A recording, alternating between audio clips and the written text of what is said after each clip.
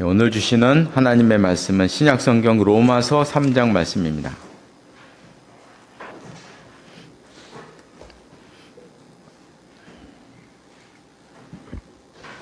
로마서 3장 9절로 24절 말씀까지 242쪽에 있습니다. 신약성경 242쪽 로마서 3장 9절로 24절까지 말씀 한 절씩 교독하시겠습니다.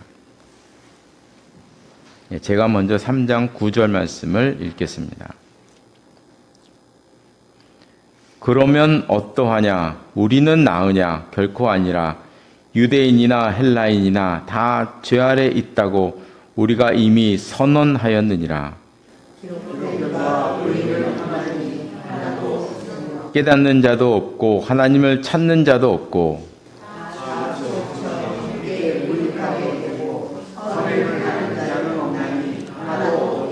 그들의 목구멍은 열린 무덤이요 그 혀로는 속임을 일삼으며 그 입술에는 독사의 독이 있고 그 발은 피 흘리는데 빠른지라 평강의 길을 알지 못하였고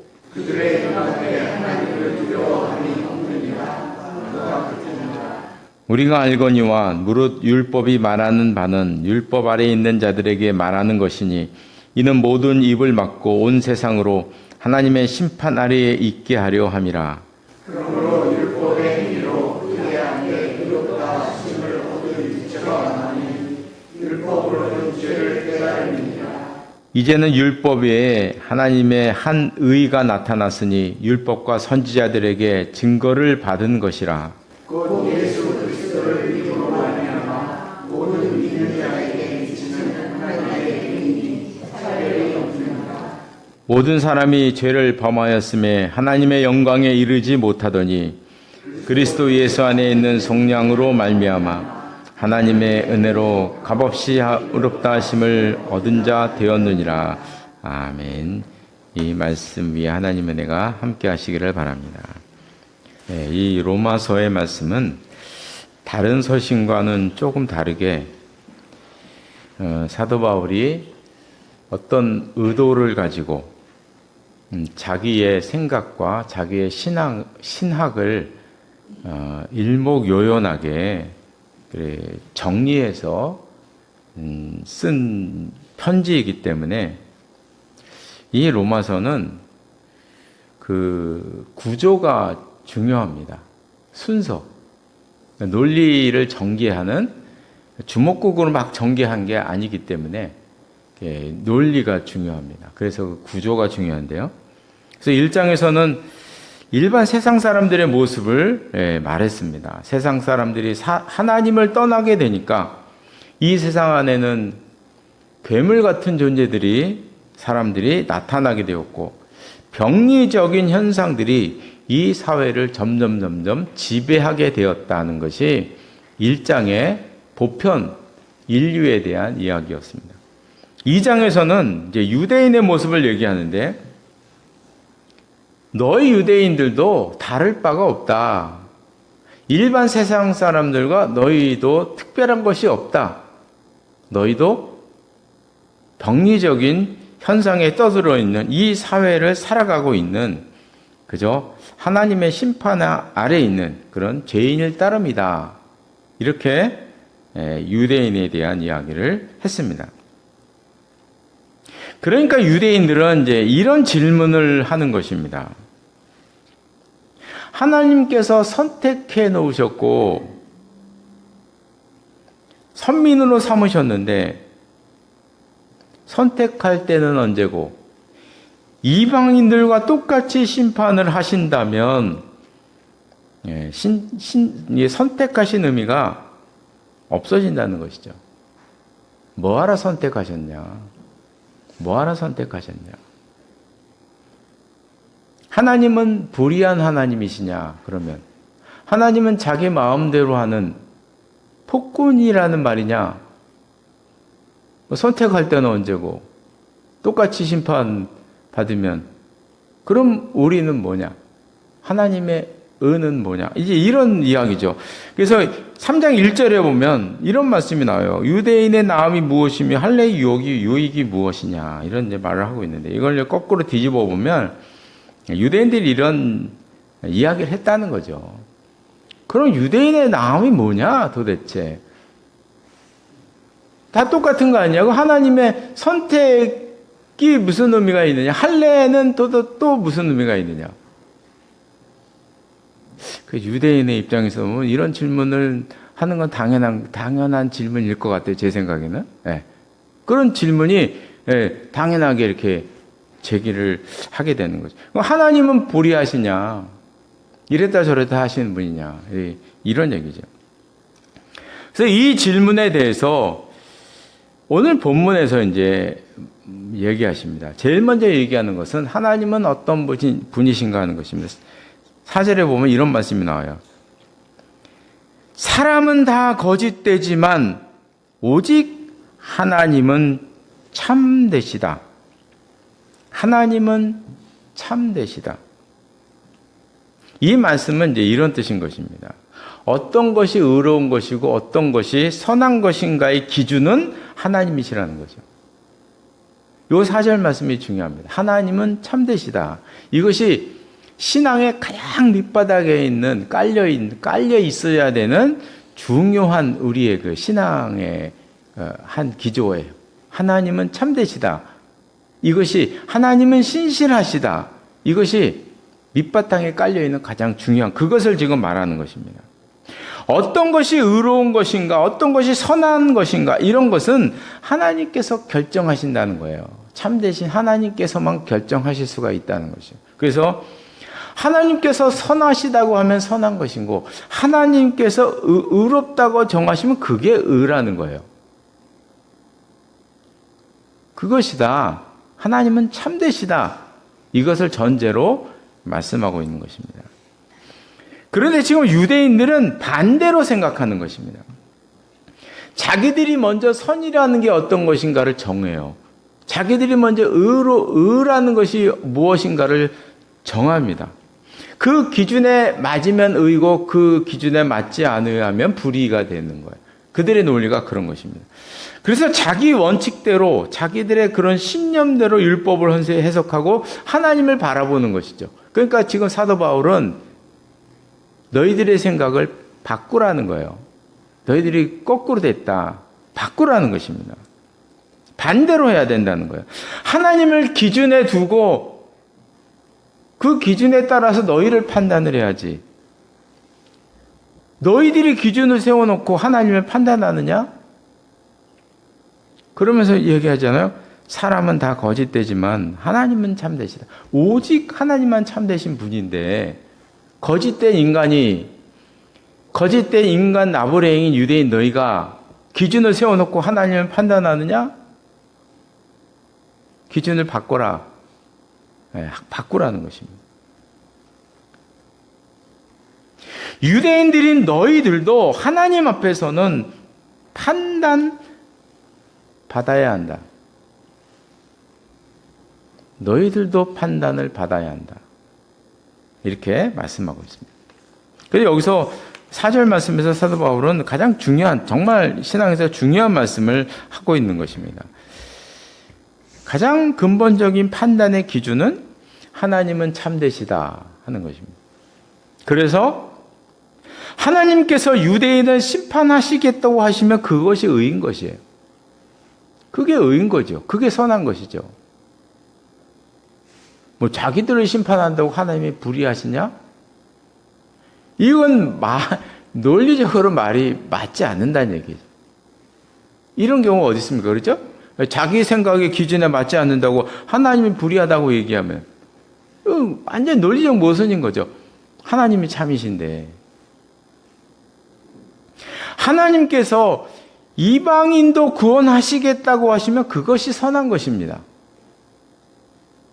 그게 선인 거죠. 그런데 유대인들은 자기 신념과 다르다고 반론을 제기하고 있는 것입니다. 그런 하나님을 불의하냐? 뭐 하나님을 폭군이냐? 뭐 이렇게 이야기하는 것입니다. 잘못된 것은 자기들의 신념인데 그죠? 잘못된 건 자기들의 신념인데 그것으로 하나님을 비판하니 그 전제부터가 잘못된 것이죠. 전제부터가 잘못된 것이죠. 그래서 5절 하반절에 보면 이런 말씀을 하시잖아요. 진노를 내리시는 하나님이 불의하신 것이냐? 유대인의 논리를 하면 자기들도 심판하는 하나님이 불의하다는 얘기인데 그게 말이 되는 이야기냐? 너희들? 그들의 잘못된 그 논리의 순서를 지금 그 근본적인 그 문제를 사도 바울이 지금 지적하는 것입니다. 참 유대인들은 보면 이 잘못된 신념이 참 많은 민족입니다. 잘못된 신념이 아예 처음부터 머리부터 발끝까지 다 꽉 차 있는 민족이에요. 그런 민족이 유대인입니다. 그래서 얼마 전에 제가 그 유대인들 지금 뉴욕인가요? 뉴욕인가에 한 1000여 명인가가 이렇게 무리지어 산다 그래요. 그들의 삶을 그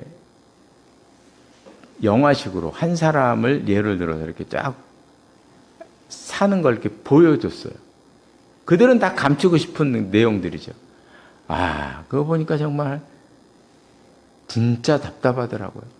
진짜 답답하게 살더라고요. 그들은 돈만 있어요. 돈만 있어요. 사는 게 지옥입니다. 지옥. 특히 여자들은요. 그 안에서 사는 건 완전히 그건 지옥입니다. 지옥. 어떻게 그거 사는지 모르겠어. 그 정도예요. 이 잘못된 신념이 너무나 많아요. 유대인들. 보니까요. 지금도 마찬가지예요. 지금도. 근데 이런 것들은 우리들도 마찬가지가 아닌가 하는 생각을 가져봅니다. 그래서 우리들도 이제 살다 보면 힘든 일이 많은데 그 원인을 가만히 생각해 보면 이게 정말 상황이 나빠서 그럴 때도 있지만 그 객관적으로 살펴보면 우리가 막 어려움 속에 빠져들어가는 거, 막 힘들고 어려워하는 거 이런 것들 보면 알고 보면 나의 잘못된 신념 때문에 이건 신앙과는 상관없는데 우리들의 잘못된 신념 때문에 힘들고 어렵고 갈등을 느낄 때가 너무나 많은 것 같아요. 그래서 하다못해 이런 신념이 있잖아요. 치약을 쓸 때는 반드시 뒤에부터 짜야 돼. 이런 신념을 가진 사람이 있어요. 반드시 뒤에부터 짜야 돼. 이런 신념. 그런 신념을 갖고 있는 사람하고는요, 매일 아침마다 양치질 할 때마다 싸워요. 양치질 할 때마다 싸워요. 그래서 실제로 신혼 때 이 문제 갖고 많이 싸우고요. 많이 싸우는 게 치약을 어디서부터 따느냐. 이거 갖고 이제 싸우는 거예요. 신혼 때. 그리고 화장실을 걸 때 안으로 걷냐, 밖으로 거느냐. 이거 갖고 싸워요. 그래서 이 치약 어디서 짜네 이거 갖고 이혼한 사람도 있대요. 실제로. 이혼을 하는 거 갖고 싸우다가. 너랑 못 살겠다. 치약을 그렇게 짜는 너랑 못 살겠다. 이러는 거예요. 도대체 무슨 신념인 건지 모르겠고, 그건 도대체 어디서 나온 신념인가. 지금 보면은, 우리들도 살면서 보면, 이 잘못된 신념, 이상한 신념, 이런 신념을 가지고, 살아가는 우리가, 내 자신이 나를 괴롭게 하는, 이런 일들을 우리가 너무나 많이 보는 거예요. 유대인들은 보면 하여간 처음부터 끝까지 이 잘못된 신념으로 똘똘 뭉친 사람들을 보면. 오늘 본문의 주제가 되는 구절이 이제 23절 말씀이에요. 23절은 너무나 유명한 말씀이죠. 모든 사람이 죄를 범하였음에 하나님의 영광에 이르지 못하더니. 10절 말씀에도 나오죠. 의인은 없나니 하나도 없으며. 요 한 구절의 말씀, 10절에 나와 있는 이 말씀, 23절에 나와 있는 이 말씀이 지금까지 로마에서 1장에서 3장까지 하신 모든 말씀을 한마디로 딱 요약해서 정리한 말씀입니다. 여기서 중요한 것은 모든이란 단어와 하나도 없다는 말입니다. 이 말이 중요한 것이에요. 그래서 9절 말씀에 보면 뭐 유대인들도 유대인이나 헬라인이나 다 죄 아래 있다. 유대인들도 예외가 될 수 없고 헬라인들도 예외가 될 수가 없고 다른 종교인들도 예외가 될 수 없다. 모든 인류는 죄 아래 있다고 말씀하고 있습니다. 이것이 3장의 중요한 키워드고 로마서 1, 2, 3장을 종합한 귀한 말씀입니다. 이제 13절부터는 이제 아주 적나라한 말씀이 나와요. 13절에 보니까 목구멍은 열린 무덤이고 혀로는 속임을 일삼고 입술에는 독사의 독이 있고 입에는 저주와 악독이 가득하고. 여기 보면 오늘 본문 말씀을 보면 사람의 몸을 비유로 해서 말씀하고 있는데요. 목에서도 죄가 나오고 혀에서도 죄가 나오고 입과 입술에서도 죄가 나오고 15절에 보면 이제 발에다가 비유를 했어요. 인간의 발은 피를 흘리는데 빠르다. 그래서 결국 파멸의 길에 이르게 만든다. 이 죄의 속성을 말씀하고 있습니다. 이 말씀의 의미는 이런 것입니다. 인간은 머리부터 발끝까지 인간은 죄인이다. 머리부터 발끝까지 인간은 죄인이다. 이걸 말하는 것입니다. 그래서 우리가 다른 종교와 기독교의 차이는 바로 이 점에서 나는 것입니다. 뭐 차이가 많은데 사실 알고 보면 여기서 차이가 나는 거예요. 모든 게 다 여기서 차이가 납니다. 성경에서는 오늘 본문 말씀처럼 인간은 존재 자체가 죄인이라는 거예요. 인간은 존재 자체가 죄인. 아담 이후로 인간은 존재 자체가 죄인이다. 그런데 다른 종교들도 죄는 인정하지만 다른 종교들은요, 존재 자체가 죄인이라는 말을 하지 않습니다. 원래는 죄인이 아니었는데, 원래는 죄인이 아닌데, 죄를 졌기 때문에 죄인이 되는 것이다. 이렇게 얘기하죠. 본래부터 죄인하고, 죄를 져서 죄인하고 큰 차이가 나는 거죠. 이런 사상의 차이가 어디서 나타나냐 하면, 구원론에 직접적인 영향을 미치는 거예요. 구원론에. 다른 종교는 인간은 원래 죄인이 아니니까. 인간은 원래 죄를 져서 죄인이거든요. 그러니까 원래 죄인이 아닌 거예요. 그래서 다른 종교는 거의 모두 인간의 노력으로 죄를 해결할 수 있다고 보는 것입니다. 인간은 스스로 구원의 가능성을 갖고 있는 존재다. 우리 인간 안에 능력이 있다.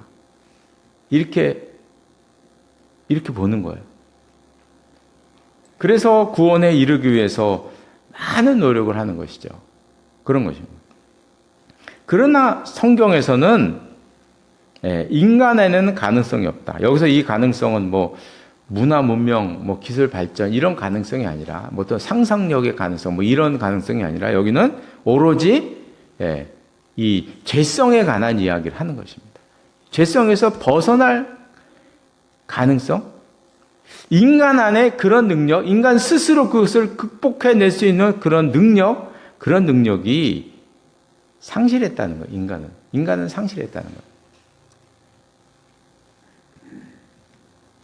그래서 인간이 하는 모든 선행과 행위는 무익한 것인데, 그래서 오늘 본문 말씀 20절에 보면 이렇게 말씀하고 있어요. 그러므로 율법의 행위로 그의 앞에 의롭다 하심을 얻을 육체가 없나니, 아무리 구약 성경에 나와 있는 모든 율법, 그 어려운 모든 율법을 다 지킨다고 해도 그 행동으로 인해서 스스로 구원받는 것이 아니다 하는 거예요. 그런 것이 아니다. 구원의 종류는 그런 것이 아니다. 그러면서 이제 23절과 24절에서 이제 잘 표현하고 있잖아요. 모든 사람이 죄를 범하였음에 하나님의 영광에 이르지 못하더니 그리스도 예수 안에 있는 속량으로 말미암아 하나님의 은혜로 값없이 의롭다 하심을 얻은 자 되었느니라. 그래서 보면 21절에 보면 예수 그리스도를 율법 외에 하나님의 한 의라고 이야기하고 있어요. 예수 그리스도는 하나님께서 우리에게 주신 하나의 의라는 거예요. 의로움이라는 거죠. 의로움. 그래서 그 예수 그리스도를 통해서야만 비로소 우리가 온전히 하나님을 바라볼 수 있다. 그 24절과 25절에 보면 너무나 유명한 말씀을 하고 있잖아요. 그의 피로 말미암아 화목제물로 세우셨다. 그래서 예수 그리스도를 통해서만 우리가 이 죄성을 극복할 수 있다고 말씀하고 있습니다. 그래서 성경에서는 이 죄의 문제는 분명히 말씀하고 계세요. 예수 그리스도만이 해결할 수 있는 문제이다. 이렇게 말씀하고 있습니다. 다음 주일은 10월 마지막 주일이고요. 그래서 항상 10월 마지막 주일은 루터가 종교개혁을 일으킨 그것을 이제 기념하는 종교개혁 주일이 이제 10월 마지막 주일입니다. 이 종교개혁자 루터는 본래 천주교 신부였습니다. 그 당시에 모든 게 다 천주교였으니까 천주교 신부였습니다. 그리고 이 루터는 단지 원래 성경학자였는데 성경학자만 된 게 아니라 원래 이 루터는 아주 엄격한 수도원에서 수도 생활을 했던 수도사라 그래요. 그래서 루터도 이 수도사였을 때는 그 수도원의 규례를 따라서 고해성사를 참 많이 했다고 합니다. 고해성사를 참 많이 했는데 그런데 아무리 자기가 고해성사를 해서 신부님에게 가서 죄를 고백해도 마음의 평안을 찾지 못했고 죄책감을 떨치지를 못했다 그래요. 그러던 중에 로마로 갔습니다. 로마로. 거기에서도 이제 로마에서도 수도원에서 생활했던 것처럼 하루에도 여러 번 고해성사를 했는데 심지어는 하루에 6시간씩 고해성사를 한 적도 있었대요. 하루에 6시간 동안 그 신부님 앞에서 고해성사를 한 거예요. 6시간 동안. 그러니까 반대로 한번 그 고해성사를 받는 그 신부의 입장을 한번 헤아려 보면 너무나 괴로운 거예요. 6시간 동안 그걸 듣는다고 생각해 보세요. 죄 같지도 않은 죄. 매일 여러 번씩 고해성사를 몇 시간씩 하는데, 그럼 도대체 하루 종일 고해성사를 하고 있는 거예요. 도대체 뭔 죄를 얼마나 많이 졌길래. 고해성사를 그렇게 몇 시간씩 하니까 이 신부님이 듣기가 너무너무 괴로운 거예요. 너무너무 괴로운 거예요. 그래서 나중에는 고해성사 받는 이 신부들도 이 루터를 말리는 거죠. 루터 신부, 제발 좀 그만해라. 너무너무 우리가 힘들다. 이런 얘기까지 했다고 그래요. 이 로마에는 유명한 계단들이 있다 그래요. 로마에 계단이 많대요. 유명한 계단들. 영화에도 많이 나오는 그런 계단들이 많이 있대요. 그런데 사람들은 이제 그 계단 가운데는 계단을 무릎 꿇고 오르면서 주기도문을 암송하는 그런 계단들이 사람들이 신성하게 생각하는 계단들이 있대요. 거기를 이제 다 다니면서 주기도문 하면서 고해성사, 죄를 고백하면서 계단을 무릎으로 이제 계속 올라다니는 거죠. 여러 계단들을 이제 다 올라다니는, 이게 성지순례처럼 그렇게 하는 거예요. 하는데, 루터도 로마에 있는 계단은 계단마다 다 이제 무릎으로 올라가면서 주기도문 암송하고 죄를 고백하고 그러면서 이제 한 거예요. 그러다가 성계단 성당이라는 곳이 있대요. 되게 조금 작은 성당이더라고요. 이런 성당이 있대요. 이름이 성계단 성당. 계단이 있는 성당이에요. 여기에는 이런 계단이 있대요. 28개의 계단이래요. 오늘날도 이렇게 무릎 있잖아요. 무릎을 꿇잖아요. 꿇고 주기도문 암송하고 하나씩 올라가면서 이렇게 천주교인들은 주로 많이 하는 거고 하는 이런 계단. 이런 계단이 있대요. 바울이 이 계단을 이제 오르는 거예요. 무릎 꿇고 오르는데 그때도 이제 무릎 꿇고 주기도문을 외우고 죄를 고백하면서 이제 올라가고 있었대요. 올라가고 있는데 갑자기 한 말씀이 루터의 머리를 스치고 지나가는 것입니다. 그 말씀이 바로 유명한 로마서 1장 17절 말씀이에요. 우리가 너무나 잘 아는 말씀이죠. 1장 17절 말씀 끝에 나와 있는 그 말씀이에요. 기록된 바 오직 의인은 믿음으로 말미암아 살리라 함과 같으니라. 이 말씀이 이 계단을 오르는 도중에 갑자기 스쳐 지나가는 거예요. 이때 이제 루터는 아주 중요한 것을 깨닫게 되죠. 구원은 믿음으로 얻는 것이지 내 노력으로 되는 것이 아니다 하는 중요한 것을 깨닫게 되는 것입니다. 죄라고 하는 것은 내가 노력해서 사함을 얻을 수 있는 것이 아니라는 것입니다.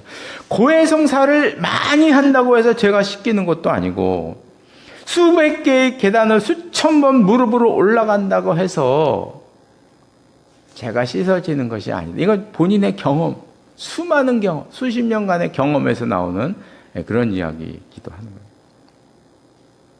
오직 예수를 믿음으로 우리가 구원에 이를 수 있다는 것입니다. 그래서 이것을 깨닫는 것을 계기로 해서 이제 종교개혁을 일으키게, 본인이 뭐 종교개혁을 일으키고자 한 것은 아니지만, 종교개혁이 루터를 통해서 일어나게 되는 것이죠. 이제 말씀을 마치겠습니다.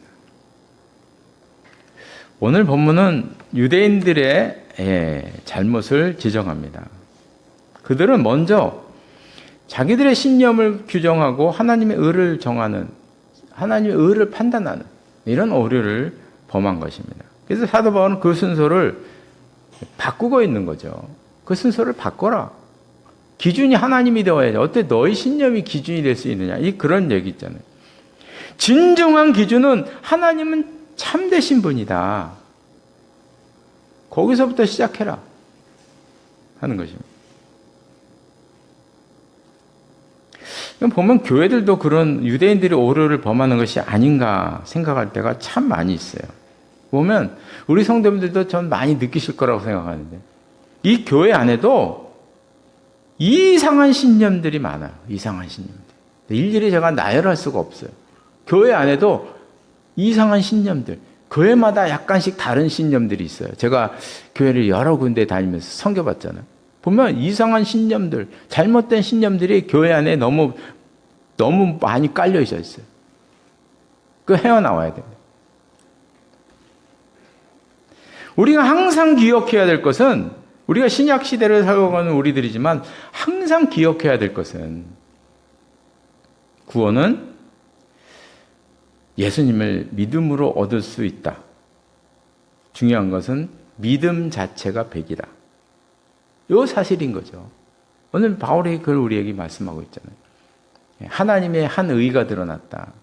이게 예수 그리스도를 믿는 믿음 그 백이다.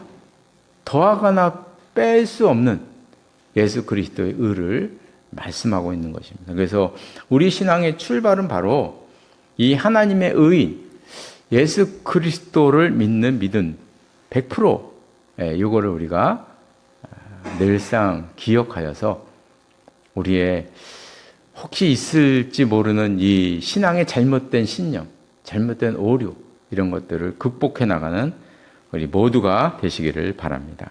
기도하시겠습니다.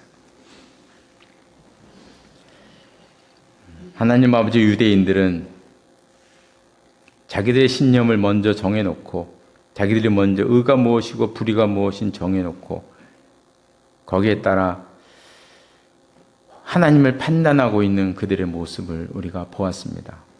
우리가 신앙생활을 한다고 그러시면서 혹시 그런 오류를 우리도 범하는 것이 아닌가 생각해 봅니다.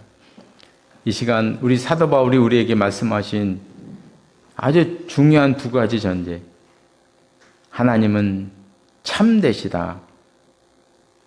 그 참되신 하나님께서 한 의를 우리에게 보여주셨는데 바로 예수 그리스도를 믿음으로 하나님의 자녀가 된다는 이 놀라운 사실, 이 사실을 우리가 기억하게 하시고 이 사실을 마음속에 품고 살아가는 저희들 될 수 있도록 인도하여 주시옵소서. 예수님의 이름으로 기도드리옵나이다. 아멘.